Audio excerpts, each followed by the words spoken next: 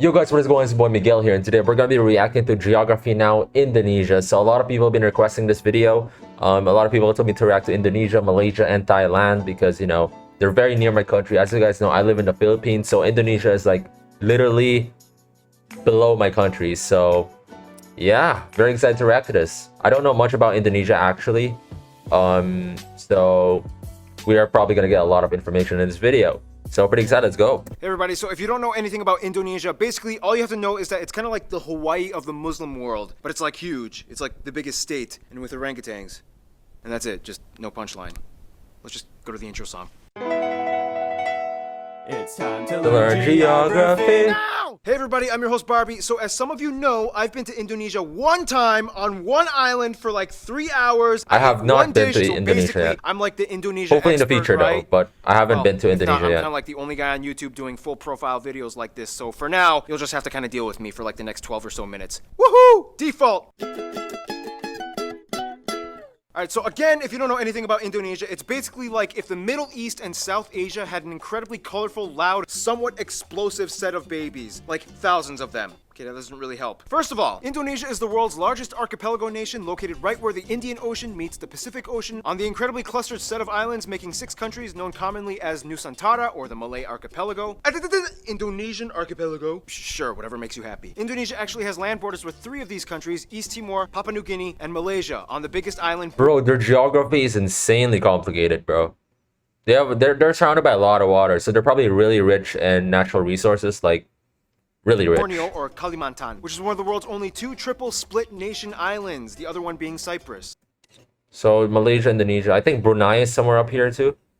Could be wrong. Well, technically, if you include the UN buffer zone, it's kind of like 4 entities, but the UN isn't a country. Whatever, just watch the Cyprus episode. The country is divided into 34 provinces, 5 of which have special administrative statuses, with the capital and most populous city, Jakarta. located on Yep. Java, the world's most populous island with nearly half of the entire Bali, population Jakarta. of Indonesia in it. The largest cities after Jakarta are Surabaya and Bandung, both located on Java Island, and Medan, located on Sumatra. Jakarta Soekarno-Hatta International, Bali's Ngurah Rai International in Denpasar, and Surabaya's Juanda International. Now here's where things get a little speculative. Today, there are still arguments claimed as to exactly how many islands Indonesia has. The National Coordinating Agency for Surveying and Mapping says Indonesia has about 13,500. That's a lot, The National 13,000. Institute of Aeronautics and Space Agency says that it has about 18,300, whereas the Indonesian government claims about 17,500. But wherever the point is, there's a lot of them. Over Yeah, 8,800 have names, and over 900 of them are permanently inhabited. You would think they are the country with the most islands, but surprisingly, Finland and Canada beat them. But a lot of their islands are kind of like boop-a-doop, little islands in the lakes. So does it really count?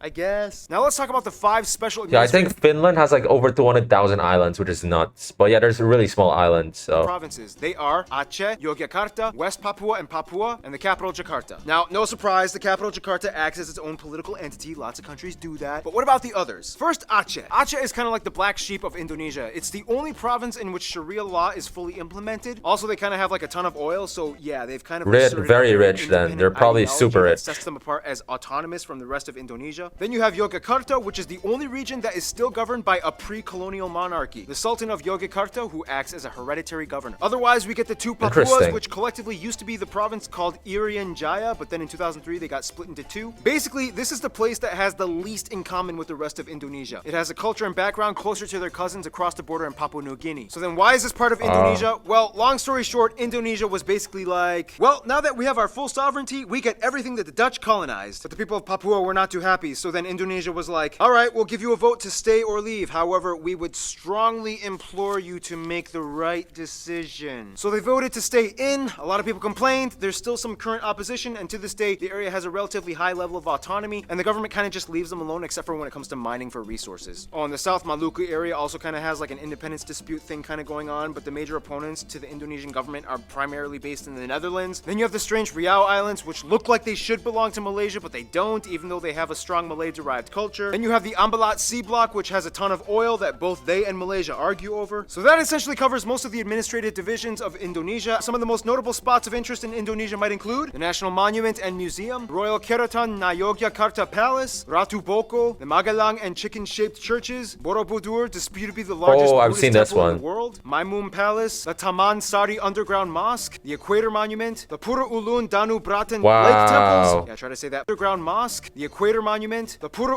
Bro, that's beautiful, bro. This is a beautiful place. The mountains in the back, but that name is ridiculously hard to say. Pura Ulun Danu Bratan Lake Temples. Jeez. Ulun Danu Bratan Lake Temples. Yeah, try to say that 5 times fast. Pura Alun Danu the Batan Lake. The Millennium Bridge, the Sacred Monkey Temple, the Hellmouth or Elephant Cave, the 7-story pagoda of Cebu, the smoked mummy villages of Aikim and Jiwika in Papua. Or if you're lazy, you can just go to the Taman Mini Indonesia Indah Park, which kind of has like a bunch of replicas of all the famed sites in Indonesia. Oh, and keep in mind, there's Dutch colonial style buildings all over. Too many ancient temples and pagodas to list. And no matter how many buildings and landmarks are built, they will never compare to what Mother Nature has done. Which brings us to... Indonesia's land is like that one ex we all had back in our 20s that we trusted a stupid friend to hook us up with. Super attractive, but almost killed you a few times. Indonesia lies on what is labeled as the prehistoric continental shelf known as Sundaland, which during the Ice Age times pretty much connected all of the islands together before the Wallace Line until the ice melted and filled in the gaps. Now this is where things get incredibly messed up. Not only is Indonesia right in the worst part of the Ring of Fire, but the country is basically smashed between 3 converging major continental plates. The Yo, it's literally surrounding it though, the Pacific Ring of Fire. So there's probably like a lot of volcanoes, a lot of natural disasters. That's scary. Similar to where I live. I live in the Philippines. We get a lot of disasters too. So unfortunate, but the Pacific and it's the what Mother Australian Nature, plates, with dozens of minor plates and Mother rifts like Nature the wants. Sunda, So. Timor, Banda, Molucca, and so on. This in return gives Indonesia over 400 volcanoes, disputably more than any in the world, with over 150 active ones, making it the most volcanically active country in the world as well. This means on a daily basis, Indonesia experiences on average about 4 earthquakes a day, ranging anywhere between the small, timid 3 to a noticeable 6 on the Richter scale. And you never know where or when they will happen. Impressive. Nonetheless, volcanoes can. You never know where or when they will happen. That's Chile, I think. Oh yeah, Chile. Chile got like the strongest earthquake ever measured. They got like a 9.5 earthquake back in the 60s, which is like insane. Impressive. Nonetheless, volcanoes can be a good thing, especially when concentrated close to the equator, as the warmer, humid climate allows moisture and minerals to coalesce, creating some of the most fertile land on the planet. This is why places like Hawaii and Iceland are so radically different despite both being volcanic islands. In the end, Indonesia got blessed with a flourishing abundance of flora and fauna, the second highest concentration in the world after Brazil, many of which being endemic species like the Rafflesia arnoldi and the Titan arum, the largest flowers in the world, which each smell like rotting corpses. And at over 180, they also Bro, not gonna lie, that looks terrifying, bro. That looks so different. Doesn't even look like a flower. The largest flowers in the world, which each smell like rotting corpses. And at over 180, they also have the highest concentration of mammals out of anywhere in the world. Nonetheless, the national animal is actually a reptile, the largest in the world at 3 meters long, the famous Komodo dragon, which you can find a bunch of on Komodo Island, which is where they get their name from. And they can kill people. Name. That's a nice name. Just a heads up. And the surprisingly not national animal, even though everybody knows and loves them, the only great ape in Asia, orangutans, are only found on this archipelago as well. By the way, they look docile and quiet, but orangutans can rip off your arm if you anger them. So don't. Otherwise, the largest mountain, Puncak Jaya, is located in the east in Papua. The longest river, the Kapuas, flows on Kalimantan, or Borneo Island, starting in the east, emptying into the South China Sea. The largest lake, as well as the largest volcanic lake in the world, Lake Toba, can be found on Sumatra. This is also the site of the largest speculated volcanic explosive eruption on Earth that essentially created a worldwide volcanic winter. The eruption was so big that you can literally observe ashes from the explosion that went as far as Malawi in East Africa. Remember, guys, Mother Nature is beautiful, but if she wants, she can kill you. Close to Puncak Jaya is Grasberg, the largest gold and copper mine in the world. And on Mount Ijen on Java, which spews out blue lava, all over you can find intrepid sulfur miners that literally go into the base of the volcano. I've seen a video of this. I've seen a video of people, their daily lives of these exact people. It's like, yeah, these smokes that you see creators risking here, it's like they have to wear masks because if you inhale it, it's pretty bad for the lungs. So they're literally risking their lives every day just to get these. So yeah, very dangerous job, by the way. But yeah. Health just to so yeah, respect to these man. Get raw sulfur ores. Otherwise, you have other anomalies like the Sidorajo mud volcanoes, the 3-colored Lake Kelimutu in Flores, and the Kakaban Island Geldajo mud volcanoes, the 3... That, bro. Yo, that's beautiful. That's actually beautiful. Colored Lake, Three Kelimutu colored in Flores, lakes. and the Kakaban Island Jellyfish Lake. Too many strange places. To this day, Indonesia is the #1 producer of palm oil, cloves, cinnamon, nutmeg, coconut, and vanilla. Some national Coconut. dishes might I love include things coconut. like rendang, satay, or satay, gado-gado, lontong, ketupat, papeda, ikan bakar, pempek, tumpeng, lemang, and the national dish nasi goreng, which basically just means bakang, satay, or satay, gado-gado, lontong, ketupat, papeda, ikan bakar. Bro, that looks good, bro. That's fried fish. Yo.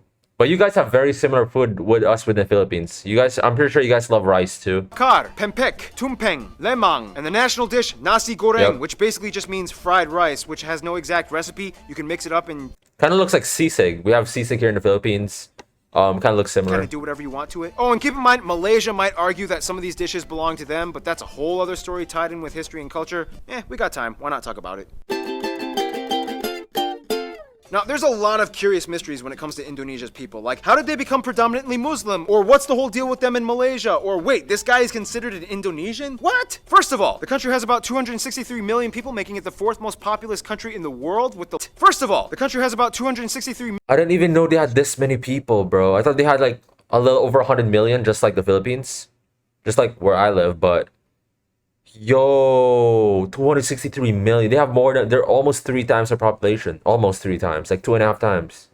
Wow, they're a lot. There's a lot. million people, making it the 4th most populous country in the world with the largest population of Muslims as well. Now here's the thing. In a sense, yes, 95% of the population is considered native Indonesian, but that's an incredibly broad term considering that Indonesia has about 300 different ethno-linguistic groups That's a split lot, up across bro. all the island Very regions diverse. of the country. If you look at a map with the actual ethnic group breakdown, it kind of looks something like this. Nonetheless, the 2 largest parent ethnic groups are the Javanese that make up about 40%, the Sundanese that make up about 15%. Otherwise, the rest of the population is primarily made up of smaller groups and tribes that have only around 2 to 3% each, like the Batak, the Sulawesi, Very diverse country Balinese, in terms of, like, Minangkabau, ethnicity. Tawi, Papuan, Dayak, and so on. Finally, about 5% are non-indigenous Indonesians like Chinese, Arabs, Indians, and even a few Europeans. They also use the Indonesian rupiah as their currency, they use the Type-C plug outlet, and they drive on the left side of the road. And here's where things get a little confusing. Culture and language. The one thing that kind of unites... Bro, by the way, this is not even related to Indonesia, but their flag kind of looks so similar to Poland, Monaco. What else? But yeah, there's so much of these red and white flags that are so like confusing. Like Poland has a similar flag, same colors, but like I think it's the other way around. Same with Monaco. So yeah, it gets me confused for real. These all flags. Indonesians is that they share the national language Bahasa Indonesia, which means the Indonesian language. However, Bahasa Indonesia is actually kind of like a lingua franca to many of the people, as Indonesia is the world's largest trilingual country. In addition to Bahasa Indonesia, most people speak their own mother tongue as well as English. Yep, English. They caught on quick when they realized it was the money language. The funny thing is, even though the Javanese make up the largest people group, the Javanese language is not an official language. Technically, it could have been, but then that would have favored one people group over all the others, which would have caused tension, so they kind of had to choose like a neutral default. Plus, Javanese is like really hard to learn, and the original writing system, although very beautiful, is incredibly difficult to write. Nonetheless, at yeah, nearly that does 100 look hard. million speakers, this makes Javanese the largest non-official minority language in the world. And that's why the Bahasa Indonesia language is so strange. It's not even technically indigenous to Indonesia, but more Malay-derived. To this day, people who speak Bahasa Indonesia can understand somewhere around 60 to 70% of what their neighbors are saying in Malaysia. The biggest difference, though, would be the loanwords, as Indonesia took quite a bit of influence from the Dutch back in colonial times. For example, kantor versus kantor, doctor versus doctor, mantel, mantel, oma, opa. Very similar to the Philippines. Like the Filipino language has a lot of Spanish words in it because we were colonized. So yeah. So there's just Dutch besides Spanish.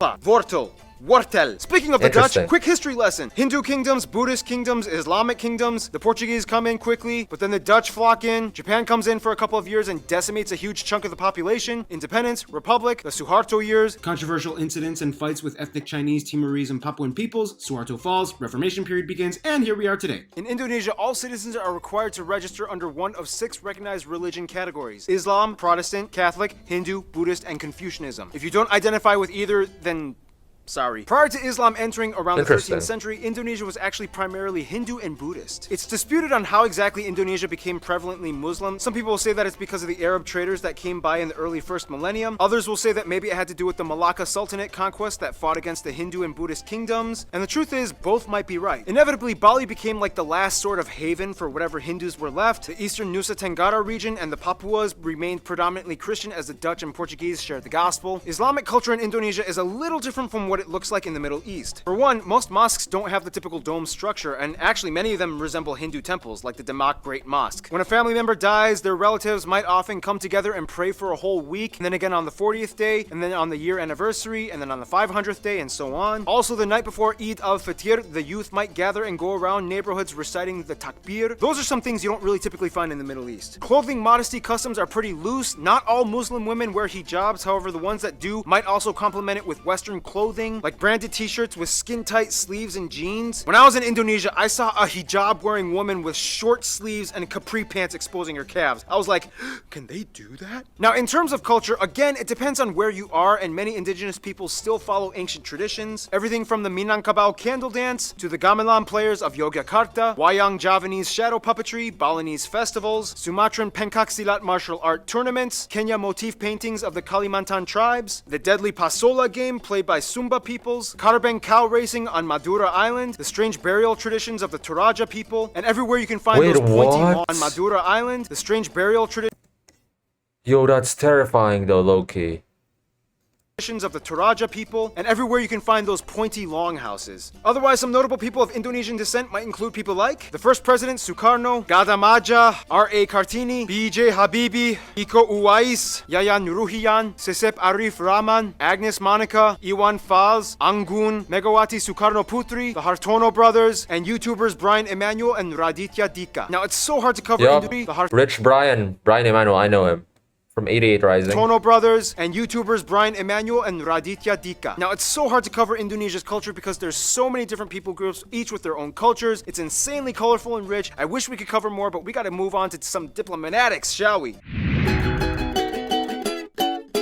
Okay, so Indonesia is basically like the kingpin of Southeast Asia with the largest population and economy, as well as being a member of the G20. Therefore, they know how to manage relations. First of all, the rest of the Muslim nations in the Middle East generally get along with Indonesia as they see them as kind of like their strange Asian cousins. Indonesians make up the largest group of pilgrims for the Hajj in Mecca. However, there has been some controversy with Saudi Arabia in regards to migrant worker abuse and death sentences. Since then, Indonesia dramatically decreased its expat programs. The US, the Netherlands, and Australia are kind of like their biggest non-Asian supporters. In addition to trade and business, the US played a huge role in Indonesia's independence, and they worked closely during Cold War times. The Netherlands still holds close ties to Indonesia despite post-colonial bitterness. Plus, tons of Indonesians live in the Netherlands. To this day, they have the second largest population of Indonesians outside of Indonesia after Malaysia at nearly 2 million. Australia gives some of the most aid to Indonesia, especially after catastrophe incidents. And even though there are some controversies involving immigration and attacks on Australians abroad, they still share close ties generally. Now, Indonesia and Malaysia are kind of like the Colombia and Venezuela of Southeast Asia. They're like the twins separated at birth and have a strange love-hate relationship. Yeah, they have a lot of similarities, bro.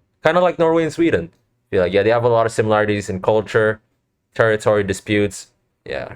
Malays accuse Indonesians of stealing their culture and language. Indonesians accuse them of not being grateful for all their help during war times. But when they actually meet up as people, it's like they're totally brothers. Nonetheless, most Indonesians I talk to have said Japan is probably their best friend, which is funny because Japan kind of really messed things up during World War II. Nonetheless, they've moved on, and today Japan makes up the largest export partner. Tourists flock in year-round, and the two have been building each other up for over Everybody half a loves century. Japan. In conclusion, Indonesia's people are very much like their islands, numerous with lush, colorful, strange diversity. Sometimes a cyclone, earthquake, or volcano of controversy erupts, but at the end of the day, they still flourish together as one. Stay tuned, Iran is coming up next.